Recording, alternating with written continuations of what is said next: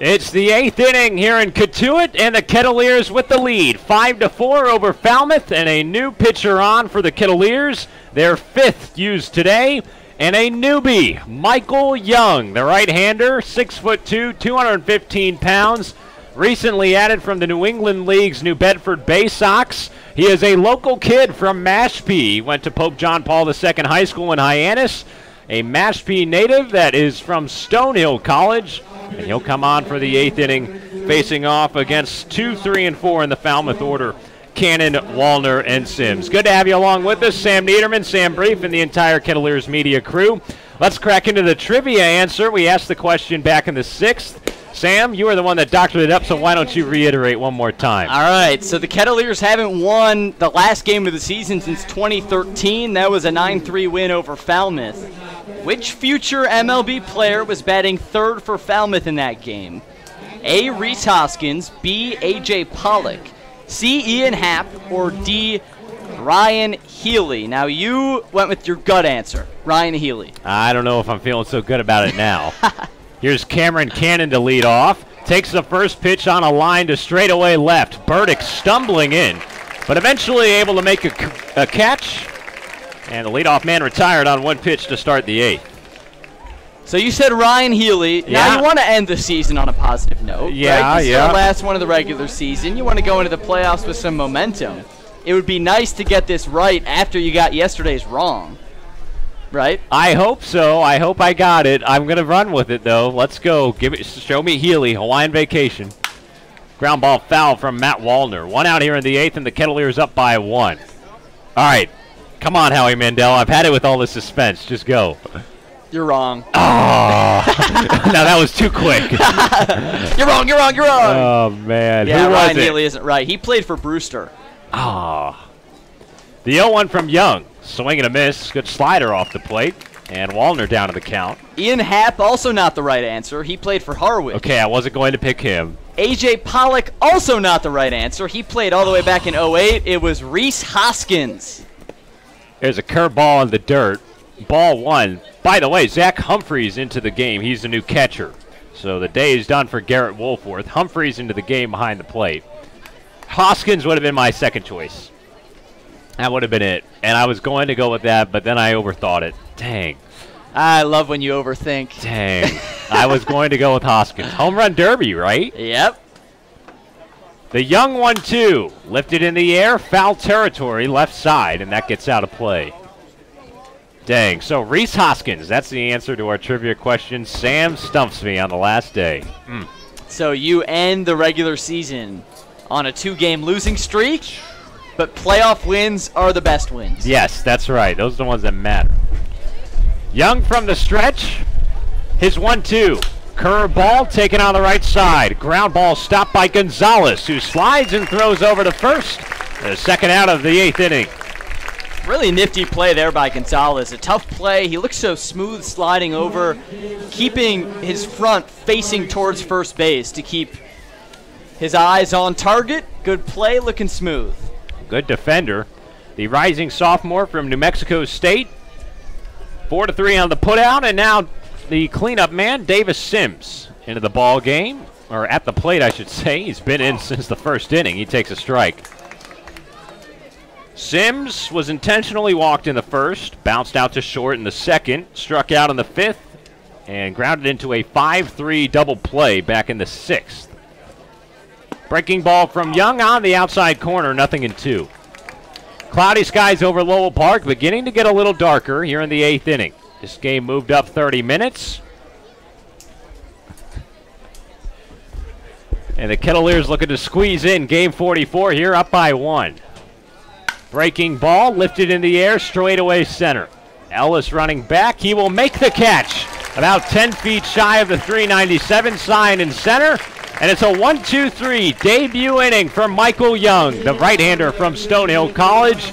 Brings the Kettleers back to the plate in the bottom of the 8th inning. It's Cotuit in control, 5-4 over Falmouth here on the Cape Cod Baseball Network. We'll be back in a moment. This is Cotuit Kettleers Baseball.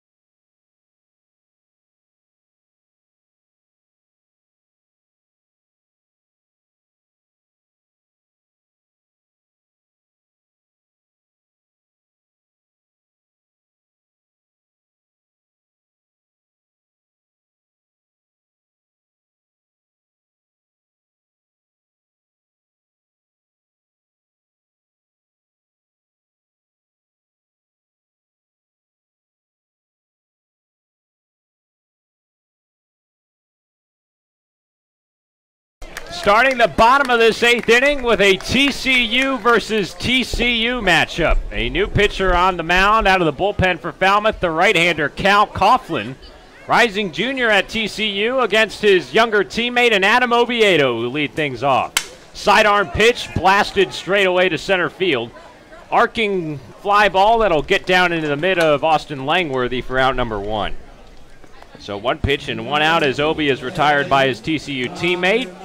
Coughlin, 6'1", 225 pounds. His 4th appearance on the season.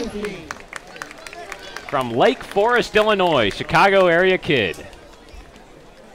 There's a mighty fine breakfast establishment in Lake Forest, Illinois. If you're ever in the area, Egg Harbor Cafe, a must-have. There you go. There's a sidearm fastball that skips the backstop. 1 ball and no strikes to Nick Gonzalez, second baseman from New Mexico State, who's 0 for 3 on the afternoon. Kettleers up 5-4, bottom of the 8th, 1 out. Cloudy skies, and it's Coughlin out of the pen for Falmouth. The 1-0. Slung down at the shins, 2 balls and no strikes. Activity in the Kettleers bullpen. It's Mike Salvatore getting loose. Mike Salvatore is stretching and tossing in the Cotuit bullpen as Gonzalez lines a sharp hit right into the glove of Logan Davidson at shortstop. Robbed of a base knock there. L6 for out number 2. All right, so maybe, just maybe, we'll see a PPP, position player pitching, in the top of the 9th. The Kettleers did that last year in the final game of the regular season. They were getting smoked by YD, and they put in Thomas Dillard, who struck out 4 in his pitching appearance. Now Zach Humphreys, who's into the game at the plate for the first time today, with no batting gloves, by the way. I love that look. Bats are on the right side here. He replaces Garrett Wolforth, who finished up his day 1 for 2 with a walk and a run scored. 5-4 Cotuit in the bottom of the 8th. Coughlin's 1-0, just a little too low, and Humphreys ahead in the count, 2 balls and no strikes. Mike Salvatore, the shortstop for the Kettleers, who did not start today, has gotten a day off before the postseason. He's been sighted in the bullpen, up and ready. Humphreys, a base knock into center field. What about this kid? A 2-out single to keep things alive. The Kettleers up by 1. Humphreys has just been sneaky good as of late at the plate, just finding ways to get on. Before this game, he had reached base on a walk in his last 6 starts. He finds a base knock here with 2 outs, and he'll keep the inning alive for the top of the order in Will Robertson. I mean, the guy's an all-star for a reason. It's not just his numbers. You know, he's not a 300 hitter with 10 home runs and a million RBIs, but he does it defensively, too, and with his attitude. Robertson, a base hit up the middle to center field. Make it back-to-back. How many times have we seen that today? We see one guy get a hit, and then Robertson just jumps on it right after. Takes a fastball into center, another 2-out single. Also 3 singles today for Robertson. And he has a single in each of his last 5, 6, 7 as I'm flipping through the scorebook. Last 7 games, a single for Will Robertson. And unless this game is pushed to extras and Robertson gets an RBI, that'll end the RBI streak. But such a phenomenal close to the season for Will. Peyton Burdick, the batter, with 2 on and 2 out. Coughlin from the belt. Fastball taken at the belt for strike 1. It's the Kettleers 5 and the Commodores 4. Cotuit has led a couple of times today. They trailed 2-0. Took the lead 3-2. As Burdick bounces one high on the left side of the infield. Cannon comes down with it and guns it over to second to retire Robertson. 5-4 on the fielder's choice. And there's the 3rd out of the inning. So the Kettleers score none. They leave a couple. And we head to the 9th. Who will be on to pitch for Cotuit in the final 3 outs of this one? We'll answer that question when we come back. The Kets up by 1 here on the Cape Cod Baseball Network.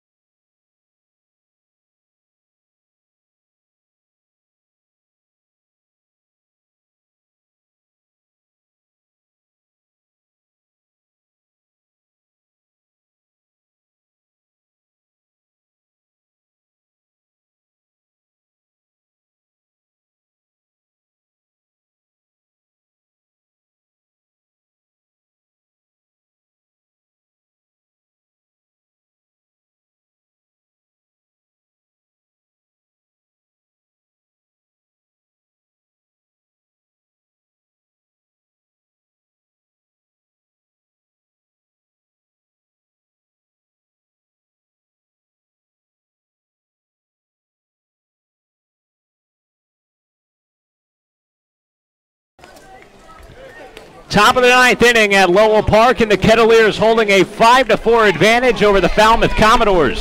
The right-hander Michael Young will stay out for the final 3 outs of this ball game. In his Cotuit debut, a save situation going up against the middle of the Falmouth order, 5, 6, and 7. Julien, Davidson, and then Iser. The right-hander from Stonehill College rears back and deals in a fastball that's fouled off out of play on the left side. So it appears that we won't see Mike Salvatore, although he's still warming up in the Kettleer bullpen. Salvi pitched in high school. He was drafted in the 19th round out of high school by the Reds as a pitcher. He can top out at 94, but it seems as this is Young's game right now. Swing and a miss. Nice curveball at 76 miles an hour off the plate, and Julien down in the count. No balls and 2 strikes. Young retired the side in order back in the 8th. He's on for the save here.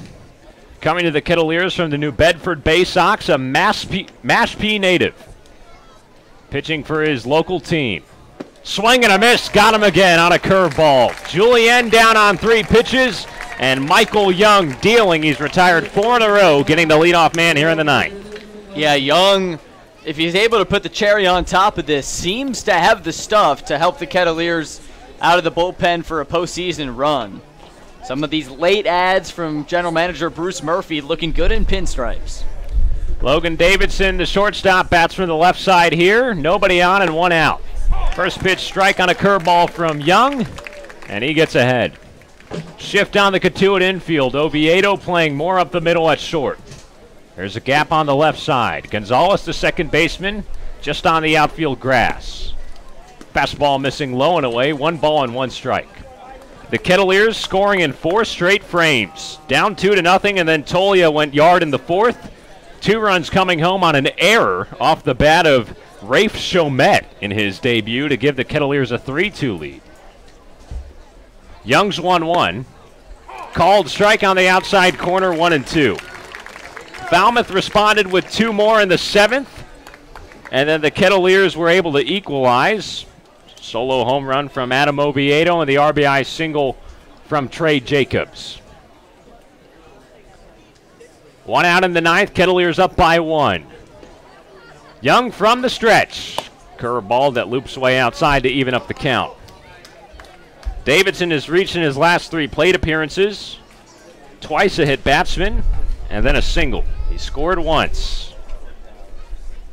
Cloudy skies at Lowell Park. As Young set the 2-2. Swing and a miss. Got him again on a curveball. Michael Young, 2 back-to-back strikeouts. And now the Cotuit Kettleers 1 out away from a regular season finale home victory. This guy's got the stuff. That's a nasty put-away curveball he has. He's a summer ball junkie. Played for the New Bedford Bay Sox in 2015, 17, and 18. Now contributing on the Cape. First pitch to Herbert Iser, a fastball on the outside corner, strike 1. The Kettleers up 5-4 in the 9th. Young set the 0-1. Fastball off the plate to even it up on Iser. 1 for 4 today with a run scored and a single back in the 2nd. Cotuit looking to get the Falmouth monkey off their back. Have not beaten the Commodores this season. Breaking ball, cut on and miss, strike 2. Boy, that is his pitch. Fans in the third base grandstand come to their feet, clapping their hands here in game 44. 2 outs, Young ready for the 1-2. Swing and a miss again on a curveball. Michael Young strikes out the side here in the 9th inning to lock down the save, and Cotuit wins the regular season finale over Falmouth, the final 5-4. A very complete win for the Kettleers, and just watching these guys on the field post-game, you see them coming together as a team. Mike Salvatore Michael Tolia and Trey Jacobs, the corner infielders, hopping up in the air together. This team looking like a team, playing like a team, and today scrapping out a greasy one, finally getting that Falmouth monkey off the back and going into the playoffs with a little momentum. Cotuit finds a way. They finally beat Falmouth for the first time this season, 5-4, the final here at Lowell Park. We'll be back in a moment to wrap things up and put a bow on this 2018 regular season, and then we'll shift our focus to the playoffs. You've been listening to Cotuit Kettleers Baseball here on the Cape Cod Baseball Network. Be back in a moment.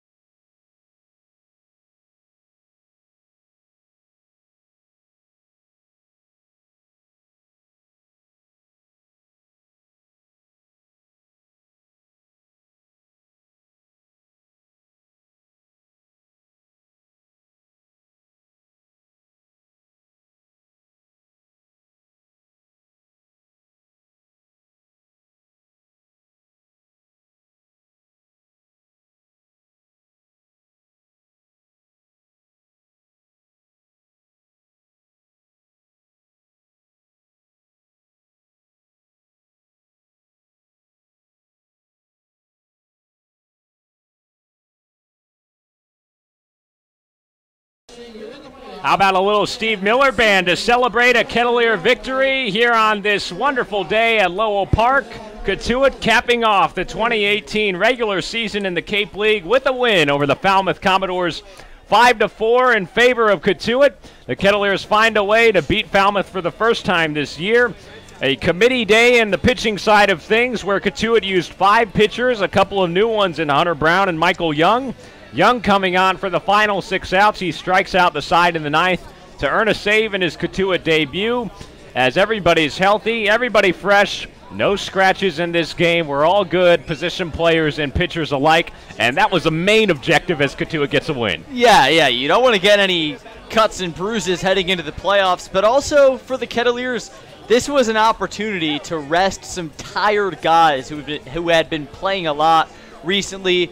Brady Smith gets some much-needed rest today. Mike Salvatore, we saw him warming up in the bullpen, but he got rest. So that was important for the Kettleers. Also, of course, resting the arms. This was a win kind of by committee, and you want to say Falmouth gave the Kettleers this win in a way because of their mistakes. Of course, the error that was by Logan Davidson, the shortstop in the 5th, plating 2 runs. That played a big role, but then the Kettleers turned around with a 2-run error of their own. So what really made the difference in this day was the pop and the power we saw from Michael Tolia getting his 7th home run of the season. Adam Tolia, wow, it's really game 44 at this point. Adam Oviedo with an opposite field blast for his 3rd of the season.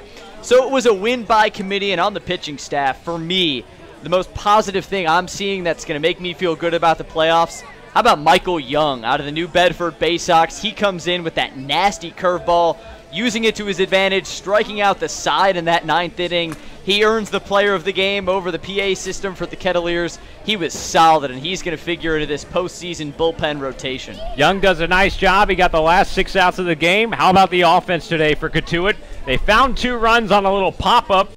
Shamet, who was making his Cotuit debut today. 2 runs coming home to score on a little infield fly that was dropped by Falmouth. And then the rest of it, as you said, Sam, the power there from Tolia and Oviedo. But Will Robertson, again, fantastic in that leadoff spot. He went 3 for 5 with a run scored today. Yeah, Robertson, he's been absolutely on fire the last few games. That's 7 consecutive games with a hit, or 8 with a hit, 7 consecutive games with a single. He's been pretty much a single machine. Had 4 the other night against Wareham, has 3 tonight against Falmouth. This guy's on fire. He's hitting his stride at the right time. One of the top run producers on the Cape, 28 RBIs on the season, also scoring 29 runs, both of those second best on the Cape. This guy's just a machine, and to have someone like that batting leadoff, the consistency there with Will Robertson, who's found a way to stay productive and stay healthy for most of this season, it's a test. A lot of the load heading into the playoffs. Some of these big bats, Will Robertson, Michael Tolia, Peyton Burdick, Duke Ellis, they're going to carry the Kettleers. They'll live and die with those 4. The Kettleers besting their win total from 2017 when they won 21 games and finished second in the West. They win 22 games in the 2018 regular season, finishing with a final record of 22 wins, 18 losses, and 4 ties, already locked in to be the 4th seed in the Western Division. Now the question is, who will Cotuit play in the first round of the postseason? Will it be Wareham or will it be Hyannis? Well, we get a little more clues and a little closer to that answer right now, as both of those teams are in action. Wareham clinches the division with a win or a draw. They are tied with Bourne right now in the bottom of the 4th on the road, 1-1 in that game.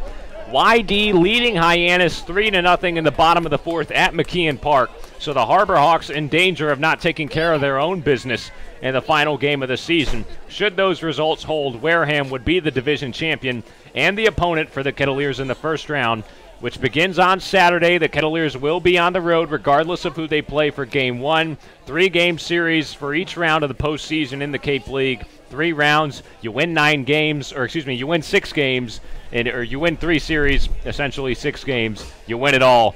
And it's coming up fast. Here it comes on Saturday. It's going to be fun. And ain't that just the beauty of the Cape League playoffs? It sounds so simple, right? You win 6 games and you get to lift a trophy. And for the Kettleers, I'm excited. The journey's starting on Saturday. It seems like the Gatemen will be the first-round opponent. And at first, if you told me 2 weeks ago that the first-round opponent would be Wareham, I'd be scared to death because that Wareham team was absolutely dominant against the Kettleers their first 4 matchups. But the last 2, and really the 3 of the last 4 matchups, in truth, gave me a lot more reason to believe. This Kettleer team last Saturday night battled back from down 3-1 to steal a 4-3 game at Spillane Field, so we know they can win at Spillane.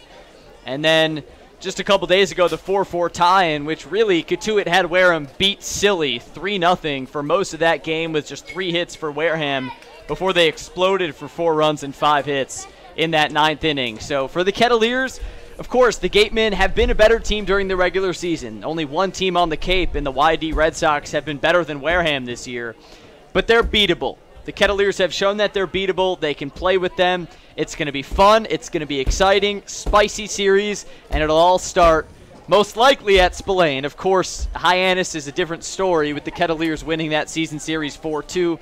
Either way, playoff baseball, what's better than that? It's going to be so fun. So stay tuned. Keep in touch with the Kettleers on their various social media platforms, whether it be Twitter, Facebook, Instagram, wherever you follow the Kettleers. That way you can get the latest on the postseason matchups, dates, and times. Again, the Cape League playoffs beginning on Saturday. Be sure to join us, an off day tomorrow, and then Saturday it all gets real as the Kettleers will either take on Wareham or Hyannis in the first round of that Western Division bout. So that'll be on Saturday, the time to be determined. And remember, we will have Game 2 here at Lowell Park no matter what, and that will be a 3 p.m. first pitch. All postseason games to be played at home for Cotuit will begin at 3 p.m., so keep that in mind when you tune in for the broadcast, whether it's on YouTube, on Comcast Channel 99, or right here on Mixler.com/Cotuit Broadcasting. All postseason home games for the Kettleers this postseason will be at 3 p.m. to combat the darkness problem that they've run into in the past. We've had problems with that in the past, particularly last season, with Bourne in the first round, when Bourne actually ended up beating the Kettleers in a 2-day affair, basically, a game that went into extra innings and had to be suspended and finished up the next day, where the Kettleers lost twice in one day to end their postseason hopes in 2017. So this Cotuit Ball Club, they end on a high note here in 2018. They stick the landing. Now they head into the postseason.